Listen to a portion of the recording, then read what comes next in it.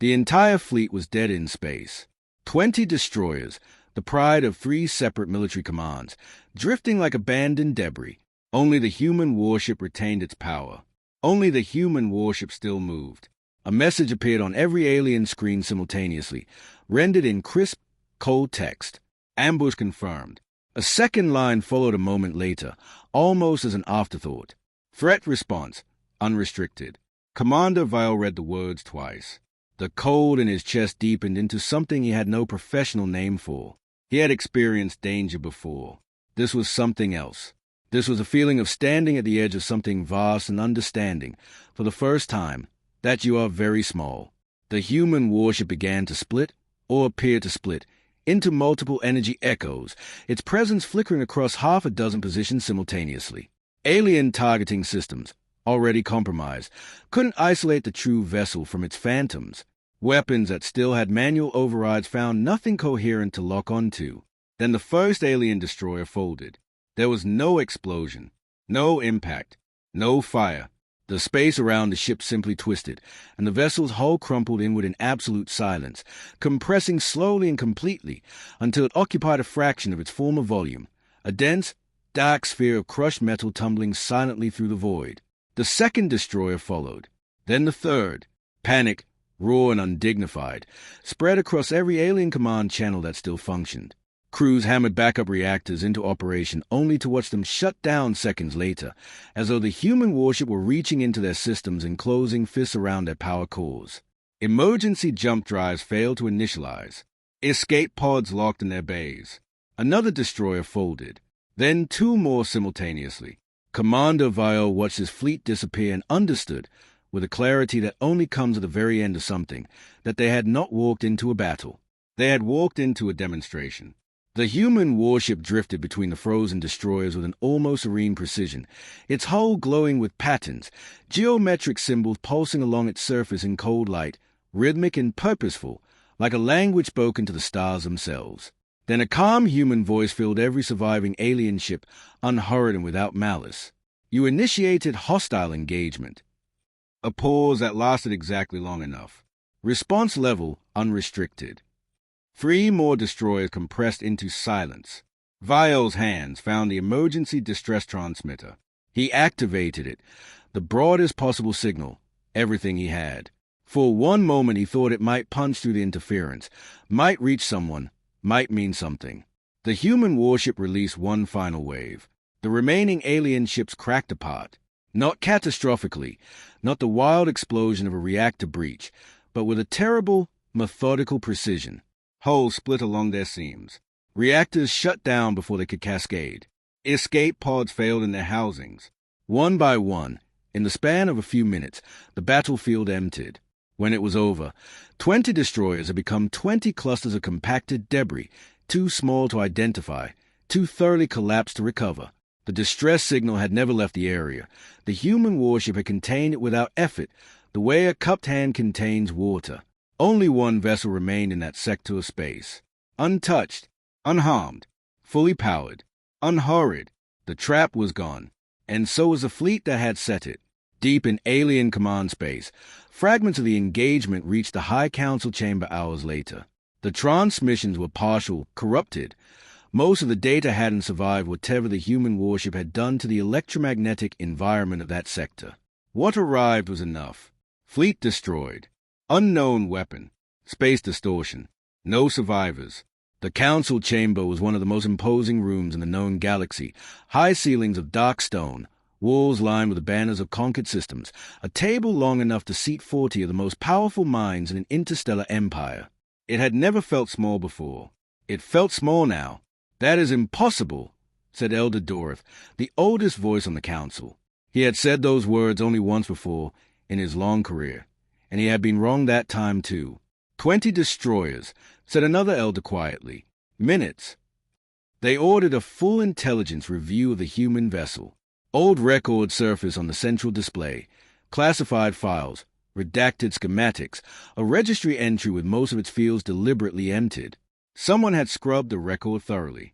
But one line had survived the erasure, perhaps by oversight, perhaps by intent. Project status, active. Field testing authorized. The council chamber held its silence for a very long time. "This wasn't a patrol ship," Elder Dora said at last, his voice reduced to something barely above a murmur. "It was a trial." He looked at the faces around the table, the admirals, the strategists, the commanders who had approved this ambush 6 months ago. "We handed them their test subject." Back in the empty battlefield, the human warship drifted slowly among what remained of the fleet. Fragments of alien destroyers caught starlight and scattered it in all directions, a quiet constellation of failure.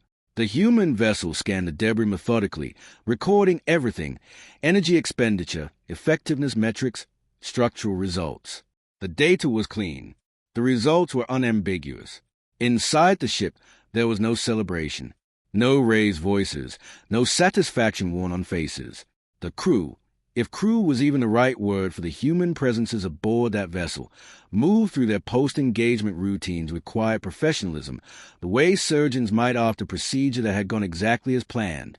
A single officer stood before the primary display, reviewing the final engagement metrics with the careful attention of someone who understood that the numbers represented things that had once been alive. "Ambush response. Successful," he said quietly. "0 damage sustained. 0 losses. All systems nominal." He was quiet for a moment before preparing the transmission. Not a broadcast of triumph, not a warning dressed in anger, just a statement. 7 words, sent across every major alien communications channel simultaneously. "We do not seek war, but we do not lose it either." The warship turned and jumped to light speed and left behind nothing but silence and the slow drift of debris. The message spread faster than fear, and fear spread very fast. Every major alien empire received it within hours. Military channels replayed the engagement footage on continuous loops. Civilian networks buzzed with fragmented accounts and terrified speculation. Trade ships began refusing routes that passed within several light years of human space. In 3 separate empires, secret invasion planning committees quietly convened emergency sessions, not to finalize their plans, but to delete them. 20 destroyers. No battle. No struggle. Just silence. The High Council requested a communication with Earth, half expecting to be ignored or made to wait. To their considerable discomfort, the humans answered immediately. A human representative appeared on the Council's central display, middle-aged, composed, with a kind of eyes that had clearly seen everything and found most of it manageable. "You attacked first," the human said. No anger in the voice. No pride.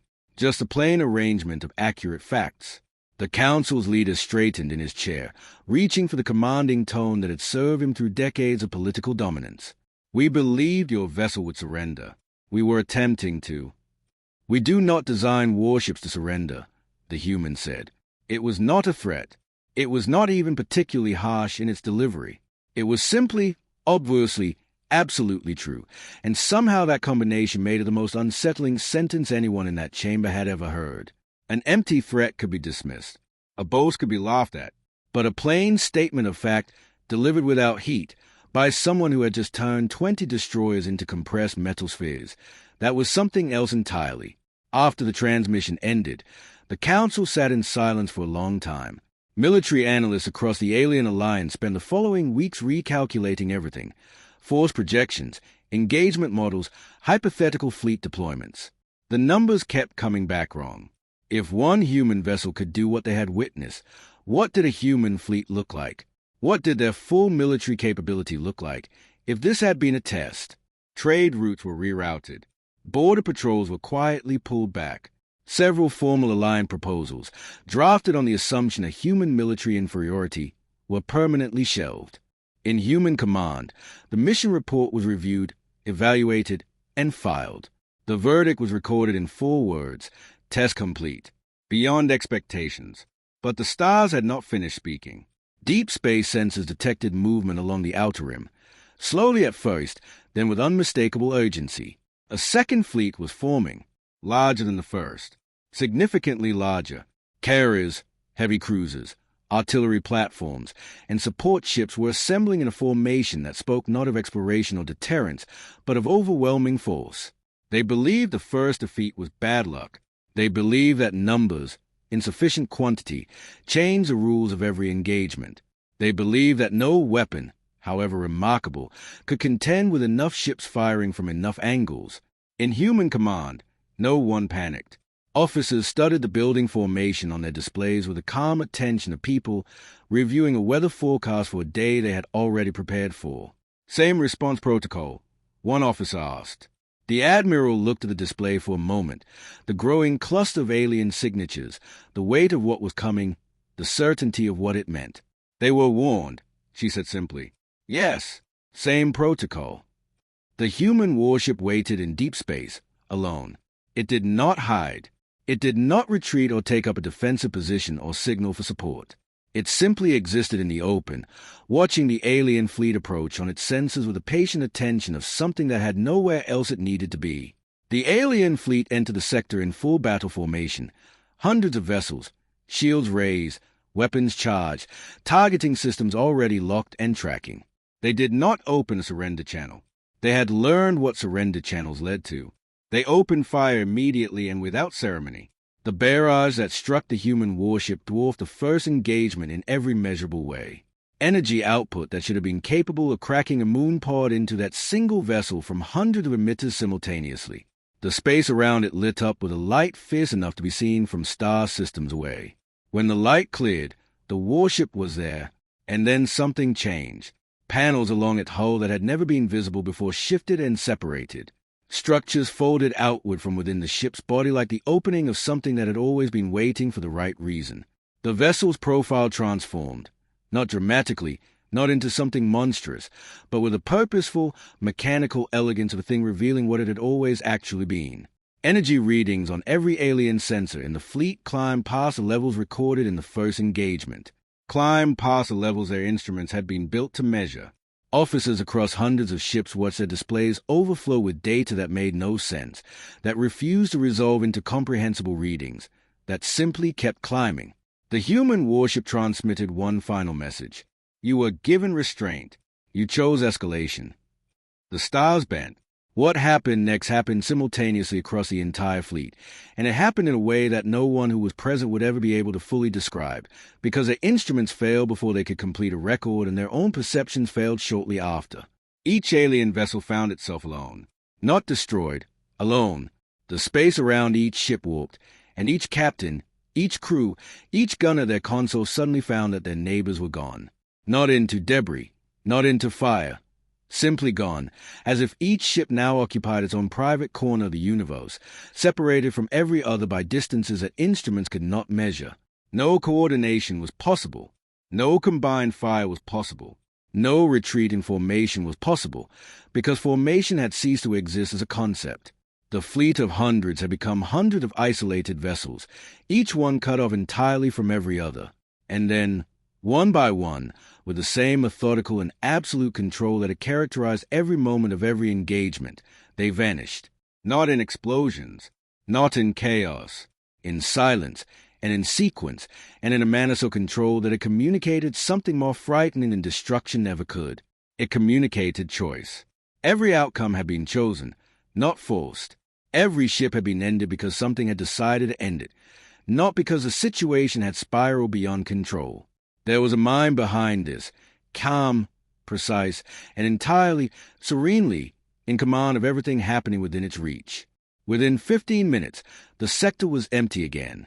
The human warship hung in the silence, alone and unhurried, every system functioning within normal parameters. It ran its post-engagement diagnostics. It recorded its data. It prepared its report. Mission complete. 0 damage sustained. 0 casualties. Engagement terminated. Across the galaxy, the silence that followed was different from any silence that had come before it. Empires that had been building toward conflict for decades quietly stopped building. Councils that had been drafting ultimatums quietly withdrew them. Military commanders who had spent careers planning for a war against humanity sat in their offices and looked at their plans and understood, with a particular clarity that only comes from witnessing something truly outside your frame of reference, that the plans were not plans at all. They were stories they had told themselves. Stories that no longer held together in the face of what they had seen. Humanity had not sought this. They had not provoked it, had not threatened it, had not maneuvered toward it. They had moved a single vessel through a single sector of space, and when the universe had decided to show them what it intended, they had responded with exactly as much as the situation required and not 1 unit more. That was perhaps the most frightening thing of all, not the capability, but the restraint. Not the power, but the judgment, because it meant that everything humanity had shown was a minimum. It meant the hand that could crush had chosen, both times, to crush only what necessity demanded. It meant that somewhere, in the quiet of human command centers and human design laboratories, there were people who looked at what had just happened and filed it under within expected parameters and moved on to whatever came next. The Alien High Council met one final time on the subject of humanity. The meeting was brief. Elder Dorith looked at his colleagues, the admirals, the strategists, the political architects of 2 failed military actions, and said only what needed to be said. "We sent predators," he said quietly, "and discovered that we were the prey, that we were, perhaps, always the prey, and simply did not know it because they had never needed to show us." No one disagreed. No one spoke at all, for a very long time. And in the deep and indifferent dark between the stars, a single human warship made its way home, unhurried, undamaged, and carrying in its databanks everything it had learned, leaving behind it, in the slow drift of compressed debris and the long echo of 7 words, a truth that would quietly reshape the politics of the known galaxy for generations to come. We do not seek war, but we do not lose it either. The alien fleet held its breath in total darkness. 20 destroyers lurked behind the long shadows of asteroids, their engines cold and silent, their weapons charged and ready. They had been tracking the human warship for 3 days, watching it, studying it, waiting for the perfect moment. And now that moment had arrived. It was alone. No escort ships flanked it. No backup fleet waited beyond the horizon of stars. Just one massive human vessel moving through the sector with an almost insulting calm, as if the void of space were nothing more than an empty road and it had nowhere urgent to be. On the bridge of the alien flagship, Commander Vael studied the sensor display with quiet confidence. He had fought 40 engagements in his career. He had never lost one. "Humans are brave," he said, almost admiringly, as he watched the warship's steady course on the holographic display. But when surrounded and outgunned, even the brave make the sensible choice. He paused, then gave the signal with a single raised hand. "Now!" Space tore open. 20 destroyers erupted from stealth simultaneously, materializing around the human vessel like the fingers of a closing fist. Gravity net snapped into place. Energy fields sealed every viable escape vector. The trap was airtight, a geometry of destruction months in the planning, executed in under 3 seconds. On the alien bridge, officers allowed themselves thin smiles. "This will be easy," one of them murmured. The human warship stopped moving. No weapons fired. No shields raised. No frantic course corrections. No distress call broadcast into the dark. It simply stopped, hanging in the center of the net like something that had chosen to be caught. Commander Vael studied it for a long moment, then nodded. "Open the surrender channel." Silence answered him. Not the silence of a frightened crew scrambling to respond. A deeper silence, a deliberate one. Then something entirely unexpected happened. The human warship began to power down. Its engines faded to nothing. Its running lights dimmed. Its weapon systems went offline one by one, each signature vanishing from the alien sensors like candles being snuffed in a darkened room. Laughter rippled through the alien bridge crew. "They know they've lost," someone said, already reaching for a boarding preparation console. But the laughter died when the sensor officer's voice cut through the bridge like a blade. "Commander!" The young officer's hands were trembling above his console.